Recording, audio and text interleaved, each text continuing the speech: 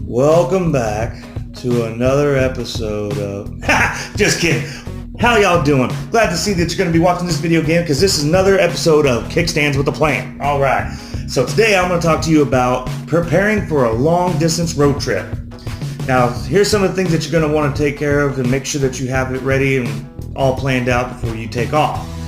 Number one, make sure your bike is in good running condition. You know, just like you would your vehicle. You don't want to be driving down the road and all of a sudden your car breaks down and you're screwed. Same with the bike, man. You don't want to have that same problem. So of course you want to go through all your fluids, your oil and all that, and your coolants, and then you want to go through your brake pads, make sure those are good. You want to check all your tires, make sure they got enough tread on them. I mean, just basically go through the maintenance of it to make sure it's roadworthy for a long trip.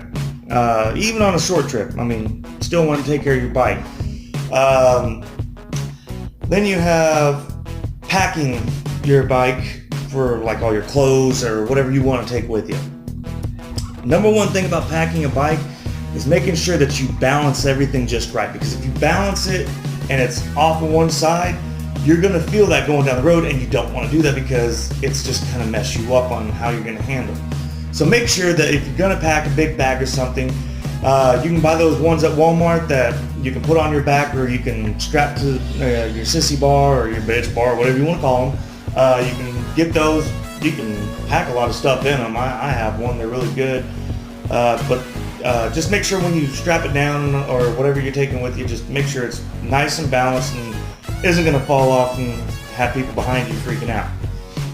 Another thing is whenever you go take a road trip, you want to make sure that you plan a route that's going to have a lot of fill-up stations, because unlike cars, bikes have smaller tanks. Now, some of them get really good gas mileage and you can go for a good while, but some of them, like mine, I can go maybe 80 miles before I have to fill up. And that's kind of short distance, but I mean, I always try to make sure I have a route that's planned to know I can get to a gas station in time. And if I'm going to take back roads and I know I'm going to take a really long trip and I'm not going to hit a gas station for a while, get a 1 gallon or just a little gas can or something to give you that little extra, okay, I can make it kind of deal. And make sure you balance that right with your luggage so that doesn't throw you off. Then of course, you want to make sure that you check up all the laws if you're going across state lines and stuff, and if your state doesn't have a helmet law like mine does, you want to make sure, like if I rode into Texas, I got to make sure I have a helmet on because they require it. So always look up your laws of what other states require, and because some might say you have to have a bike with blinkers and stuff like that, and if you need to plan around those states, then at least you know ahead of time. Last and final thing I could think of is if you do end up breaking down, like you run out of fuel or your bike just happens to break down, flat tire, whatever it is, if you have your helmet with you, the best thing to do is set it behind your bike, at the back end of your bike on the ground. That is supposed to be the signal of a biker in distress, saying that they're broke down or they're out of fuel.